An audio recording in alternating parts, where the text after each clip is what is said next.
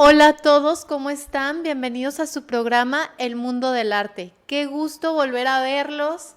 Hoy les voy a hablar de un tema en donde les voy a exponer mi alma, mi corazón, les voy a dar un pedacito de mí, porque son libros que han marcado mi vida, que me encantan y que creo que todos disfrutarían leer, o al menos la mayoría, y sobre todo que pueden ser consultados por jóvenes. Yo recuerdo muy claramente mi secundaria que nos pusieron a leer El Quijote, Don Quijote de la Mancha. Hasta el día de hoy odio ese libro, después de leerlo en la secundaria, porque se me hizo una lectura muy pesada para los 12 años que tenía en ese momento. Sin embargo, creo que si abordamos a los jóvenes con otros libros, pueden disfrutar más el mundo de la lectura, esas imágenes que se van reproduciendo en tu mente cuando abres un libro, el querer saber más, imaginarte el carácter, el personaje según lo que tú creas y ver que si alguien más los lee piensa algo totalmente diferente. Es maravilloso leer, es mágico, te abre un mundo totalmente diferente. Yo les voy a hablar de lo que a mí me gusta, de lo que yo les recomiendo, de clásicos, de libros actuales, de novelas gráficas, de poesía. Y puede que no les guste o puede que logre sembrar esa semillita de que alguno de estos libros llame su interés y lo empiecen a leer. Entonces, ¿con cuál empezaremos? Traje muchos. Eh, Voy a empezar con Batallas en el desierto. Ahí ando moviendo el micrófono.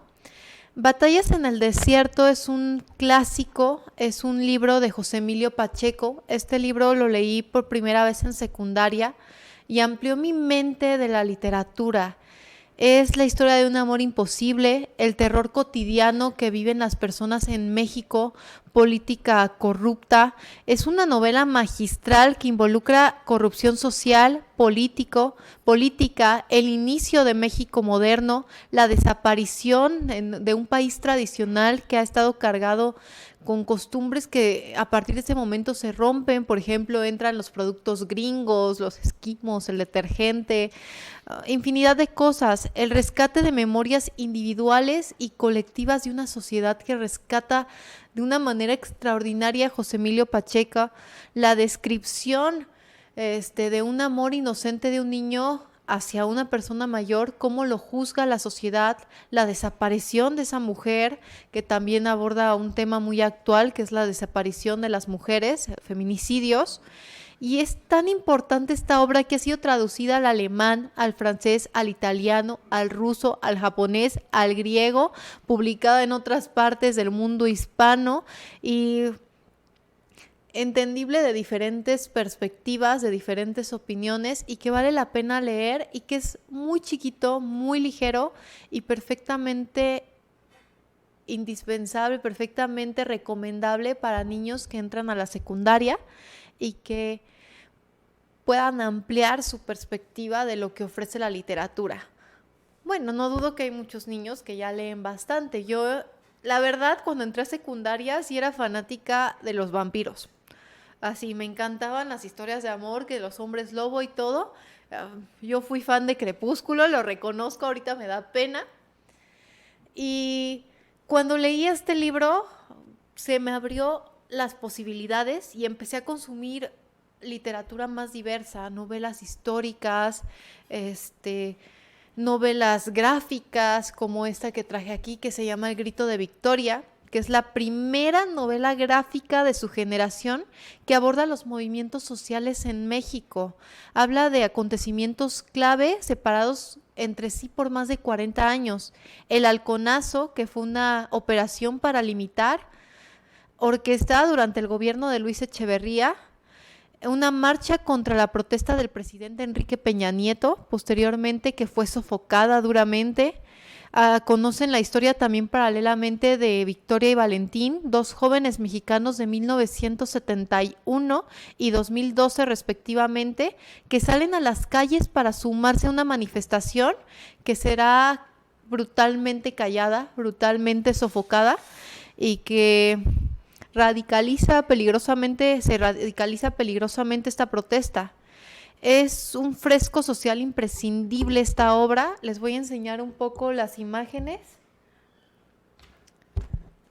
de cómo te lo van narrando tipo cómic. Aparte la ilustración es una joya. Vemos las manifestaciones, los actos políticos, la crudeza de las personas que participan. Es una joya también la ilustración y es muy digerible leerlo en esta forma porque no son las grandes cantidades de texto que esperamos ver en un libro, sino es más bien una historieta, un cómic, una obra gráfica, una narración muy breve y que te entretiene, ¿no? Y que te va acompañando con ilustraciones. Entonces es fácil de leer y sobre todo te habla de acontecimientos políticos que han marcado la historia de México. Entonces se los recomiendo mucho también. Hablando de política, me voy a ir enfocando más en los libros de política. Ya perdí, traía Rebelión en la Granja. Ese, si les da flojera leerlo, también está en película y está muy buena la película, es una gran adaptación.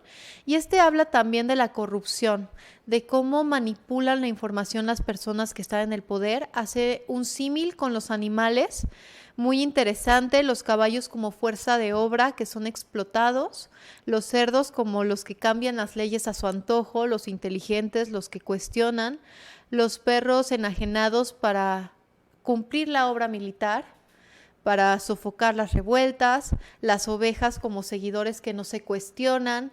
Entonces te trae también a un tema vigente y puedes hacer comparativas con la sociedad en la que nosotros vivimos actualmente. Y me parece impresionante que tenga vigencia siendo un libro del siglo XX actualmente, viendo que suceden las mismas cosas. Entonces también es imprescindible y es también un libro muy ligero, muy pequeño.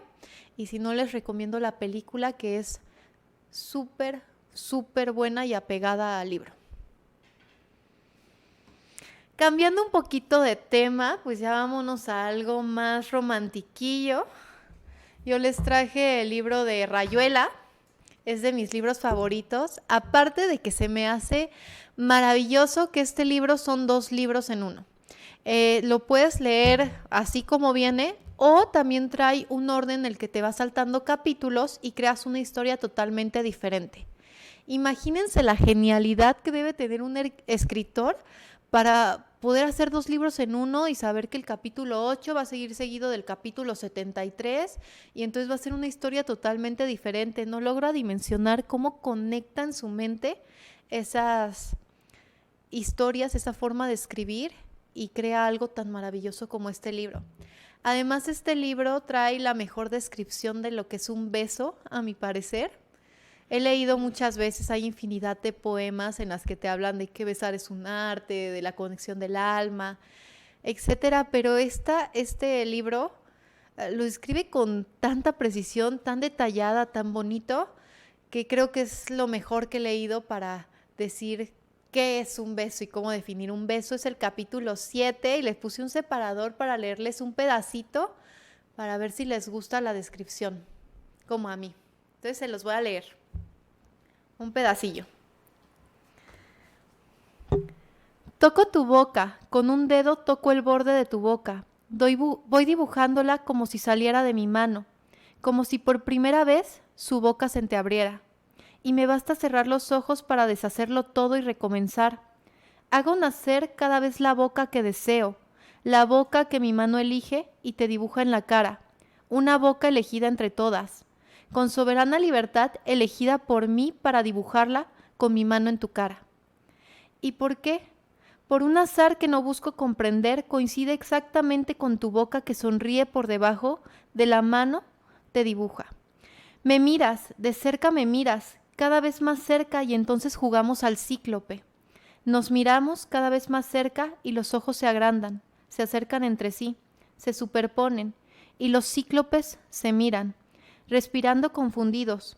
Las bocas se encuentran y luchan tibiamente, mordiéndose con los labios, apoyando apenas la lengua en los dientes, jugando con sus recintos donde el aire pesado va y viene con un perfume viejo y un silencio. Entonces mis manos buscan hundirse en tu pelo, acariciar lentamente la profundidad de tu pelo mientras nos besamos como si tuviéramos la boca llena de flores o de peces, de movimientos vivos, de fragancia oscura. Y si nos mordemos, el dolor es dulce, y si nos ahogamos en un breve y terrible absorber simultáneo del aliento, esa instantánea muerte es bella. Ya hay una sola saliva y un solo sabor a fruta madura, y yo te siento temblar contra mí como una luna en el agua. Qué bonito, ¿no? Muy bello. Y así todo el libro, maravillosísimo. Entonces, lo tienen que leer si son unos románticos empedernidos, pues no se lo pueden perder. Traje también a Mario Benedetti, es mi poeta favorito. Hay increíbles poetas, pero él me encanta porque él es crudo para escribir. Es cortante. Yo lo descubrí no por la poesía, lo descubrí por este libro.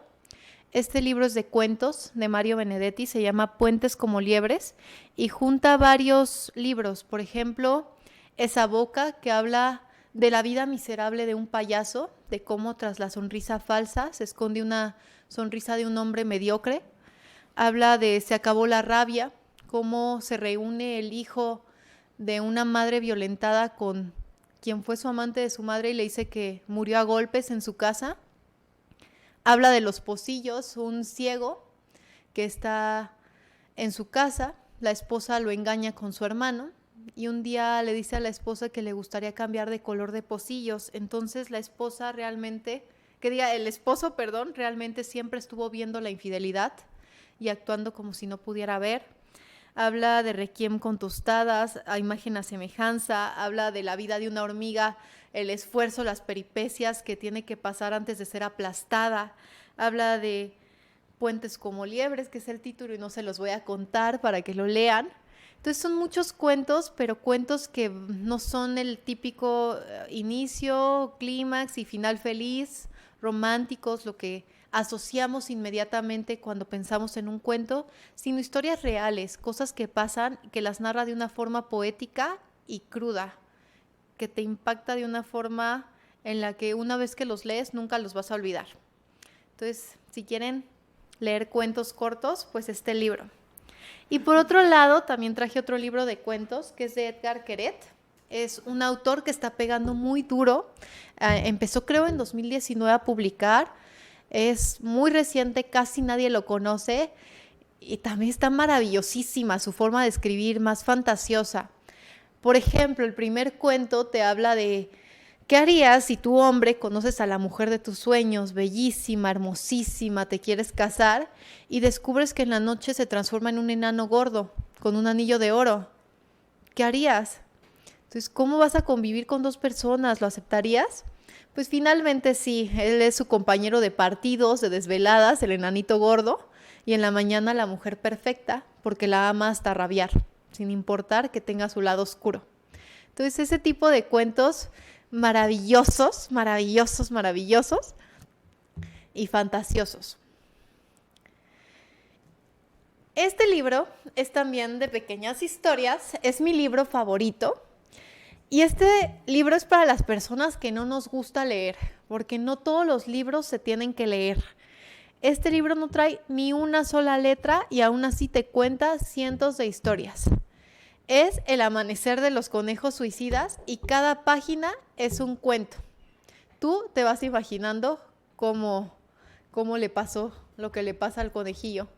Entonces son solo ilustraciones. ¿Se imaginan poder contar una historia con solo hacer una ilustración? O sea, se me hace padrísimo. Mi animal favorito son los conejos, además. Entonces, si no quieren leer, pero quieren entretenerse, ver el chisme y ver ilustraciones muy bonitas, pues este libro es el ideal. Ya no es necesario comprar un libro para leer palabras. También puedes encontrar un libro que te va narrando con gráficas. Y es muy bonito para todas las edades. El amanecer de los conejos suicidas. Hay varios tomos. Está padrísimo. Dice el prólogo de este libro: no debería ser divertido de ninguna manera, pero lo es, porque nos burlamos de las formas en que el conejo muere. Ay, ¿qué más? Traje más cuentillos. A mí me gustan mucho los libros ilustrados. Estos libros, de hecho, están en la parte en el área de infantil, pero no creo que sean para niños, más bien para adolescentes y personas más grandes. Estos libros son clásicos de fondo, son libros con ilustraciones maravillosos, pero habla, por ejemplo, de la muerte de alguien que se acercó mucho al sol. Y cuenta historias de terror, historias tenebrosas, historias macabras, cosas que te asustan. Entonces, definitivamente no es para un niño, pero es algo que te va a impactar leer. Habla, por ejemplo, de cómo asesinan a un perro, de lo que pasa con el cuerpo del perro. Ay, ya se me cayó un libro. Mi separador de hoja. Y son cuentos de terror muy bonitos. Una obra de arte.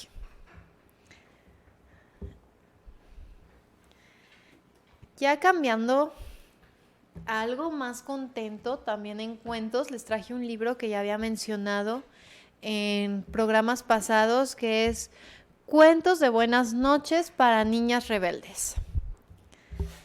Aquí, cada cuento es una mujer que ha hecho historia. Cada página ilustrada por una ilustradora diferente. Te cuenta historias, por ejemplo, de una bailarina que se queda ciega, quiere bailar, lo baila en su mente, se mentaliza para poder hacer todo perfecto y es contratada para hacer un ballet. Imagínense hacer un ballet sin poder ver nada. Y lo hace de una forma tan magistral que se vuelve famosa en todo el mundo y funda el Ballet Nacional de Cuba, sin poder ver.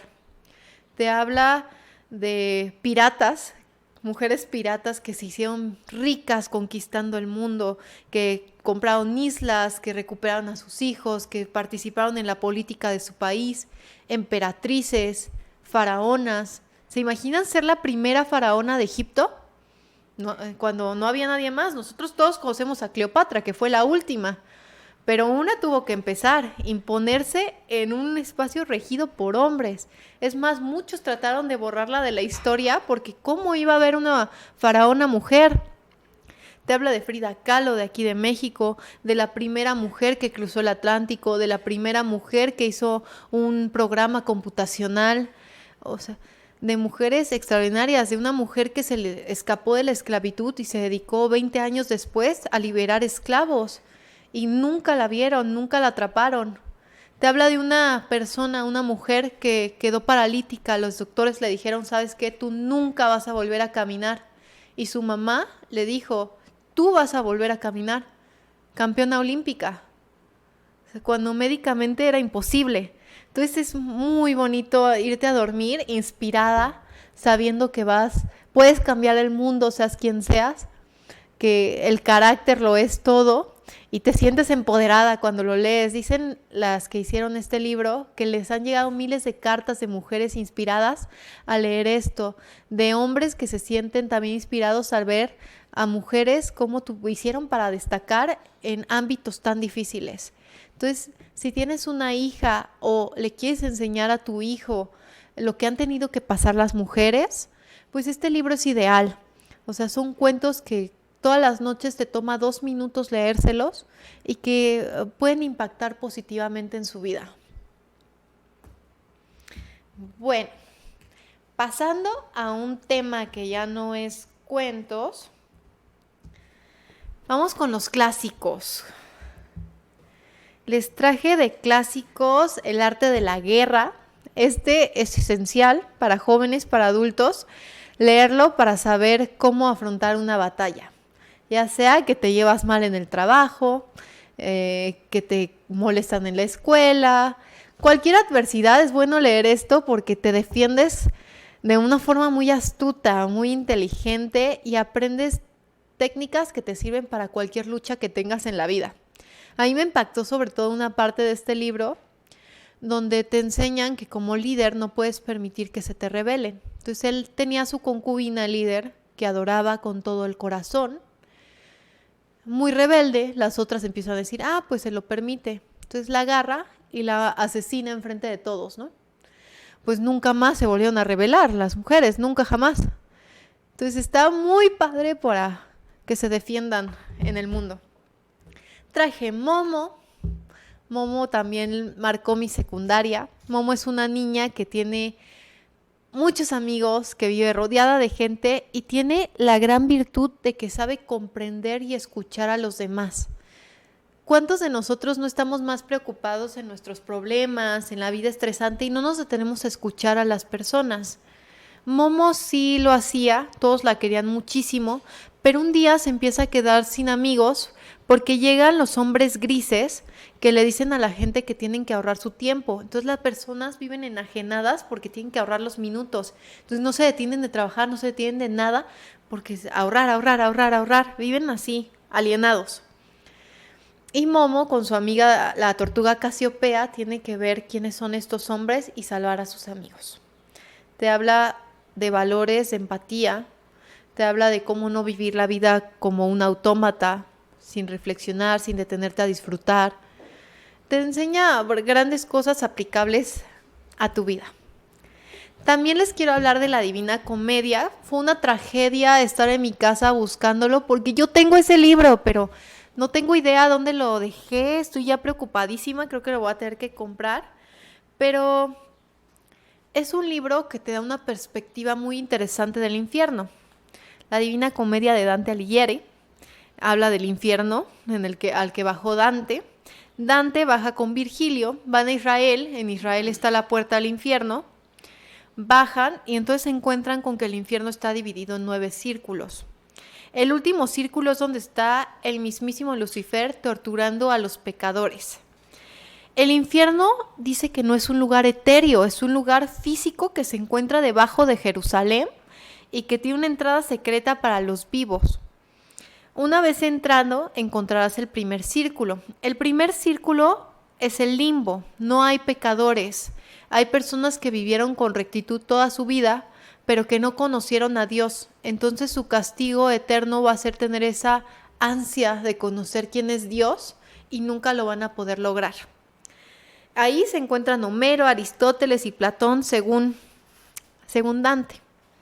En el segundo círculo están los pecadores menores, que son los lujuriosos. Es el círculo de la lujuria. Es ya el verdadero infierno, pero para pecados menores. Aquí, todos los que pecaron de lujuria van a estar siendo arrastrados por el viento, por torbellinos, por toda la eternidad. Aquí se encuentran Aquiles y Cleopatra. En el tercer círculo están los glotones, viene la gula. Los glotones son castigados siendo presos en el fango bajo una lluvia de granizo constante, siempre vigilados por el perro Cerbero, monstruo de 3 cabezas, que está listo para devorarlos y desgarrarlos constantemente. Qué feo, ¿no? Así que no hay que ser tan glotoncitos. El cuarto círculo es la avaricia. Son personas que se aficionaron a juntar riquezas, pero después despilfarraron. O sea, tienen, pero gastan en cosas que no se necesitan, adiós dinero. Entonces eso, lo que tienen de castigo por haber gastado todo es cargar bolsas de oro por toda la eternidad en sentido contrario. En el quinto círculo está la ira y la pereza. Son castigados, obligados a seguir siendo lo que eran en vida. Los que están así iracundos, enojados todo el tiempo, van a estar toda la eternidad peleándose unos con otros. Mientras los perezosos van a estar bajo el fango de la laguna Estigia, viéndose privados del aire y de la palabra por siempre. En el sexto círculo están los herejes. Los herejes son las personas que atentaron contra los principios de Dios. Se encuentran tras los muros de la ciudad de Dite y son castigados por los espíritus de la venganza, las furias Megera, Alecto y Tisífode.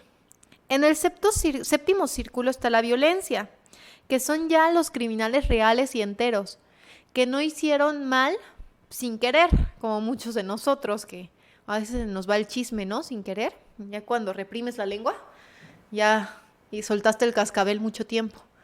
No, estos a propósito, con dolo, quisieron lastimar a las personas.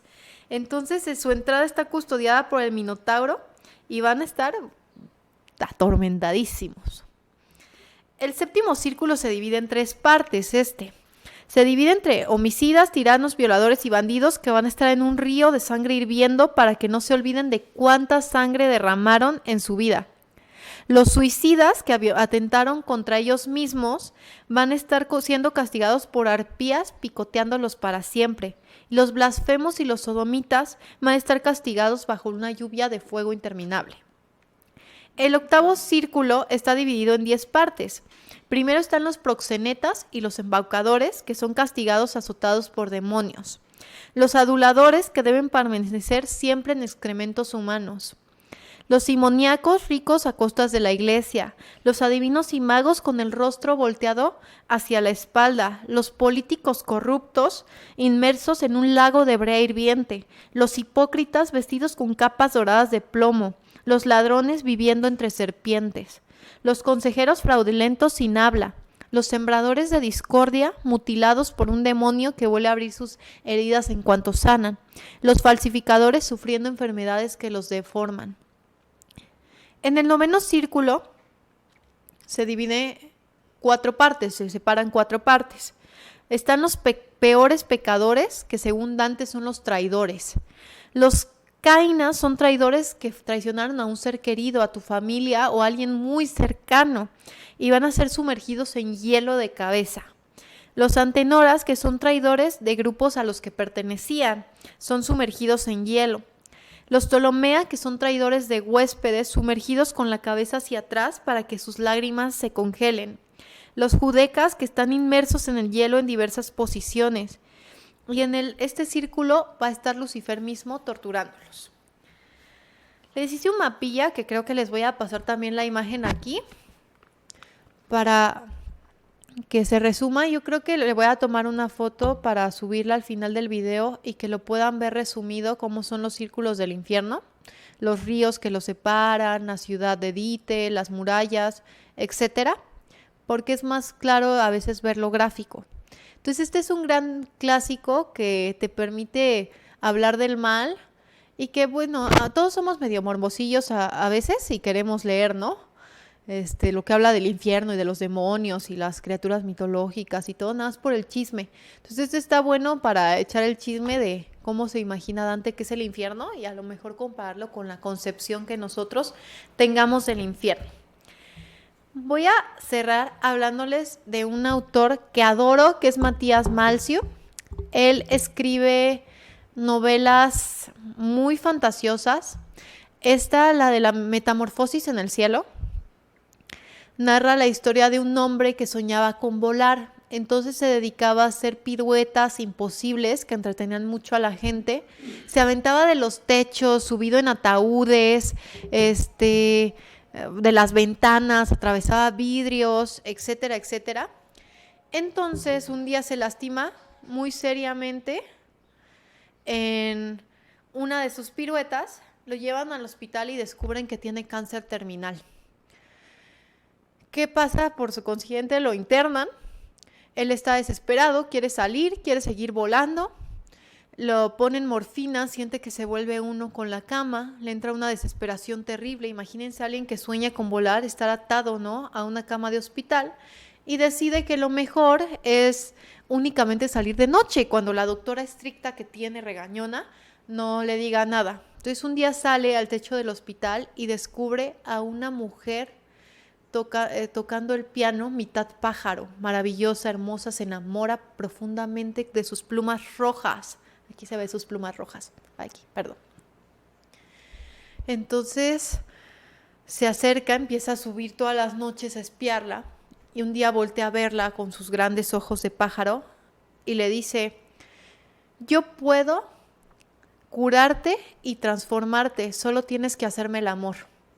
Él dice: wow, sí quiero, si yo sueño con ser como esos cigarrillos Camel que se mete a la boca, ser ese humo que baja por su cuello y se queda plantado, besa sus senos desde dentro y se queda como una flor de alquitrán en sus pulmones. Entonces él acepta corriendo y perezoso y se acuesta con ella. Y finalmente descubre que la doctora que lo atiende de día es la mujer pájaro y que está embarazada de él. Y él tiene 2 opciones. Su transformación puede ser en un ave, volar libre como siempre lo deseó, o quedarse para vivir con la mamá de su futuro pajarito, de su hijo. Entonces, ¿qué decisión creen que tomó? ¿La de su vida, volar, o quedarse con ella? Pues es una cosa que se los voy a dejar para que lo lean y vean qué decidió. Esta de Mecánica del Corazón también es muy fantasiosa. Habla de un hombre que al nacer le arrancan el corazón y le meten un reloj cucú en el pecho. Y entonces no puede amar porque el relojcito se descompone, pero se enamora de una bailarina y empiezan las peripecias. Y hay sí infinidad de libros que les puedo recomendar, se me acaba el tiempo y les quiero hablar de más y más y más. Pero bueno, me voy a despedir de ustedes con un videíto chiquitillo de Mario Benedetti diciendo el poema Corazón Coraza en alemán, porque se oye muy sensual. Entonces se los voy a dejar para que también les guste Benedetti como a mí. Y me voy a despedir con ustedes esperando dejar la semillita de leer alguno de estos libros u otro del tema que les guste. Y deseándoles lo mejor del mundo y mandándoles abrazos y besos. Cuídense.